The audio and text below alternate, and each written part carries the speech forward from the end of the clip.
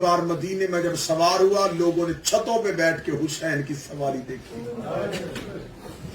حسین کوئی دن ایسا نہیں ہوتا تھا جس دن مرتجز کے بغیر دن گزارتے تھے. یہی مرتجز حسین کے ساتھ کربلا آ گیا. آخری گواہ ہے یہ میرے حسین کا. جب کوئی نہیں بچا تھا نا تو اکیلا مرتجز تھا. حسین کا امامہ، حسین کی تلوار سجاد تک خیمے یہ پہنچا گیا ہے. دستار امامت اور ذوالفقار حیدری کو سید الساجدین کے خیمے میں اس نے پہنچایا تھا. جب حسین گھوڑے کی زین سے گرے تھے نا تو اس مرتجز نے کہا تھا مولا حکم کر میں انہیں اپنے سموں کے نیچے پمال کر دوں. حسین کی آواز ہے میں نے حیوانوں سے لانے کی امت نہیں مروانی. اس نے کہا چڑھ میری پشت پہ میں تجھے مدینے لے جاؤں. فرمایا آنا ہوتا جانا ہوتا تو کبھی بیٹیاں لے کے نہ آتا. اس نے پھر اپنے آپ کو نیچے بچھا کے کہا چڑھ میری پشت پہ میں تجھے نجف چھوڑا. آواز آئی بہنیں اکیلی جنگل میں کیسے چھوڑ کے جاؤں. مرتجز نے منت کر کے کہا پھر آخری منت مان میری پشت پہ بیٹھ میں بہن کے خیمے چھوڑا ہوں. حسین نے کہا ایسی حالت میں دیکھے گی تو بہن مر جائے گی. میں مرتجز اور حسین کا آخری مکالمہ پڑھوں. مرتجز نے کہا مولا پھر حکم کر. حسین نے کہا مرتجز تو نے مجھ سے بڑی وفا کی ہے. اسے ذوالجناح کیوں کہتے ہیں؟ ذوالجناح کہتے ہیں پروں والا. اس کے دونوں طرف اتنے تیر لگ گئے تھے ایسے لگتا جیسے اس کو پر لگے ہو. دونوں طرف اس کے تیر لگے ہوئے تھے. حسین نے کہا بڑی وفا کی ہے تو نے میرے ساتھ، بڑی وفا کی ہے تو نے میرے ساتھ. میں وعدہ کرتا ہوں قیامت تک میرے ماننے والے تیرے کی شبیہ بنا کے سیدزادیاں اپنے ہاتھ تیرے سموں پہ رکھیں گی. تو نے محمد کی بیٹیوں کا حیا کیا ہے لیکن اگر آخری وقت میں ایک احسان کر سکتا ہے نہ مدینے چھوڑ گیا، نہ نجف چھوڑ گیا، نہ بقیہ ماں کی قبر پہ لے کے جا، نہ بہن کے خیمے میں لے کے جا. حسین رو کے دے مرتجز گردن جھکا میں تیرے گلے میں باہیں ڈالتا ہوں. مجھے ایک بار اکبر کی لاش ملے جا، مجھے ایک بار میرا بیٹا ملا دے، مجھے ایک بار اکبر کا چہرہ.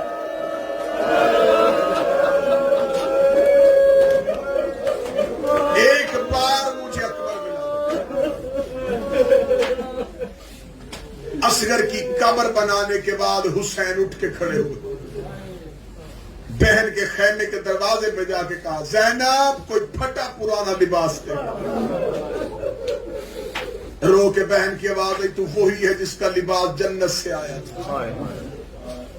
خبر تھی حسین کو قیمتی لباس پہنوں گا یہ میری لاش لوٹیں گے. پھٹا ہوا کرتا اور اس کے 20 گریبان کو حسین نے اور پھاڑ لیا. غریب کربلا گھوڑے کی زین پہ بیٹھ کے 9 لاکھ کے سامنے گیا. حسین نے کہا نانا کی امت ہو میں تلوار سے مارنا نہیں چاہتا، مجھے صرف اتنا بتاؤ میرے خون کے پیاسے کیوں ہوئے؟ اب بھی میں چاہتا ہوں تمہاری تلواریں میرے لہو سے بچ جائیں. تم نے میرا اکبر مارا میں چپ رہا، تم نے میرا جوان غازی مارا میں دیکھتا رہا، تم نے میرا بھائی کا یتیم گھوڑوں کے سموں کے نیچے پامال کیا میں دیکھتا رہا، تم نے میری بہن کے بیٹے مارے میں چپ رہا، تم نے میرے 6 ماہ کے اصغر کو تیر مارا میں نے برداشت کیا. اب بھی میں چاہتا ہوں میرے قتل سے باز آ جاؤ، رستہ چھوڑو میں مدینے بہنے لے کے چلا جاؤں. کہنے لگے حسین یہاں سے نہیں جانے دیں گے. حسین کی آواز رستہ دو مجھے ہند جانے دو، میں بہنیں بیٹیاں لے کے ہند چلا جاتا ہوں. ان لوگوں حسین پھر بھی نہیں جانے دیں گے. حسین نے قبضہ تلوار پہ ہاتھ رکھا. حسین کہنے لگے میں بھائی کے قاتلوں سے نہیں لڑنا چاہتا، میں بیٹوں کے قاتلوں سے نہیں لڑنا چاہتا، میں دین کی خاطر لڑتا ہوں. مجھے بتاؤ مجھ سے کیوں لڑنے لگے ہو؟ 9 لاکھ میں سے ایک ہی آواز آئی لے بغض ابی، تیرے باپ علی کی دشمنی پہ آئے ہیں. جب کہا نا کہ ہم علی ولی اللہ کے دشمن ہیں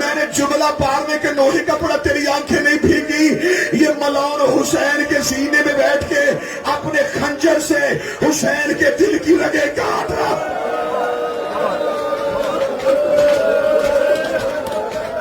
ایک قاتل نہیں ہے حسین کا. ایک وقت میں 13 لوگوں نے مارا محمد کا بیٹا. میں نے پہلا قاتل پڑھا. اس نے امام کی ہنسلی کی ہڈی پہ نیزہ مارا. اس نے امام کے دل کی رگیں کاٹی. یہ مطمئن ہو کے سینے سے اترا. اس نے دوسرے قاتل کو بلایا.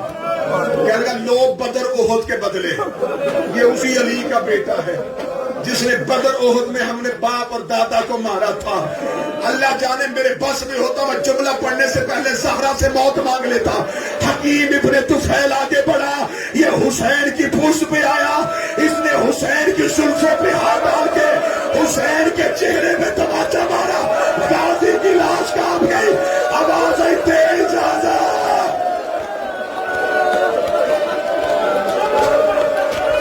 حوصلہ حوصلہ. میں 13 قاتل پڑھنے لگا ہوں حسین کے. حوصلہ ہے سنو گے حسین کی شہادت.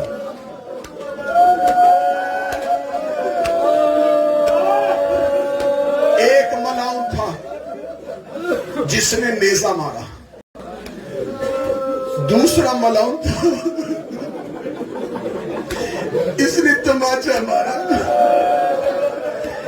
تیسرا قاتل قریب کھڑا ہو کے کہتا کہاں مارو.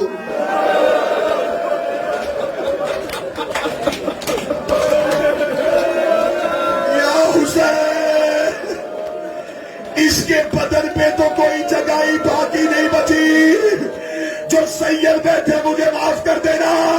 یہ ملعون حسین کے سر پہ کھڑا تھا. اس نے حسین کے ماتھے پہ تیر مارا.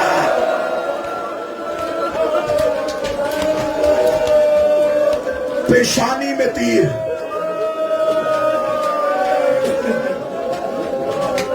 پینتیس نیزوں کی انیاں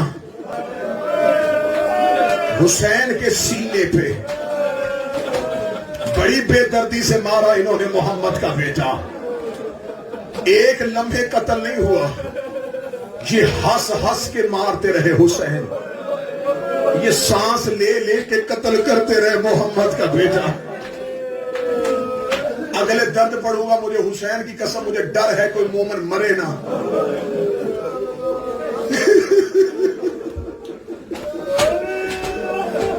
مقتل کہتی ہے انہوں نے حسین کی لاش کو 7 حصوں میں کاٹ دے.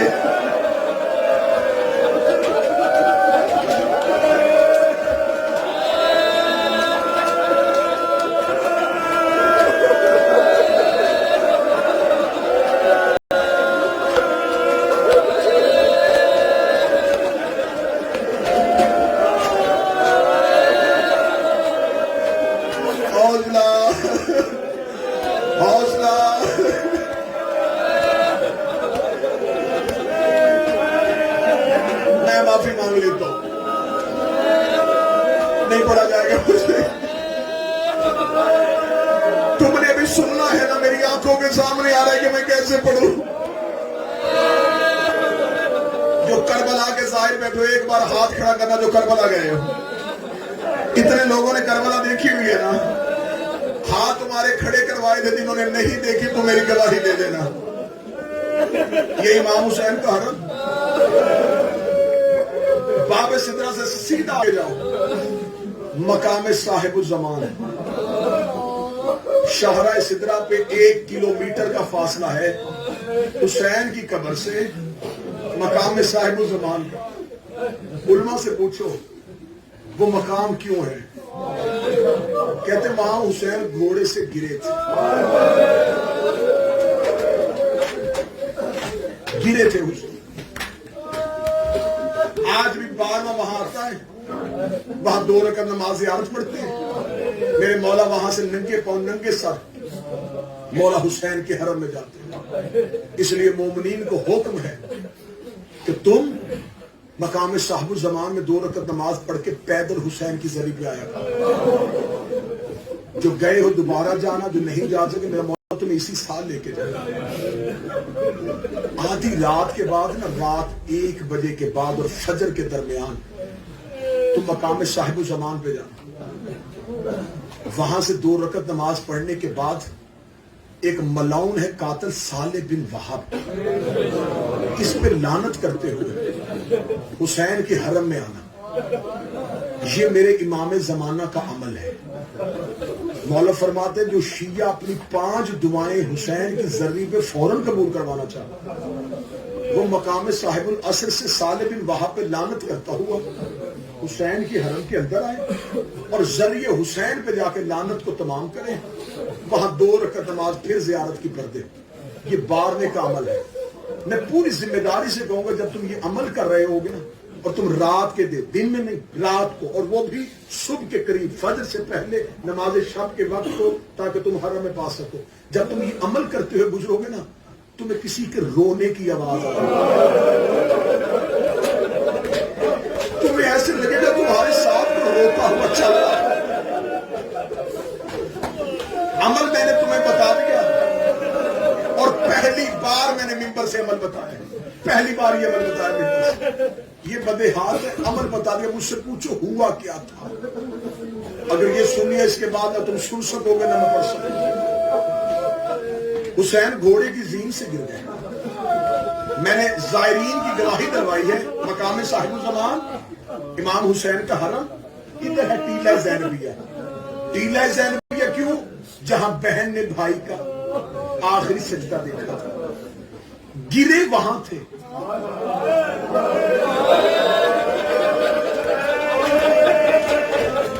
سجدہ وہاں ہوا.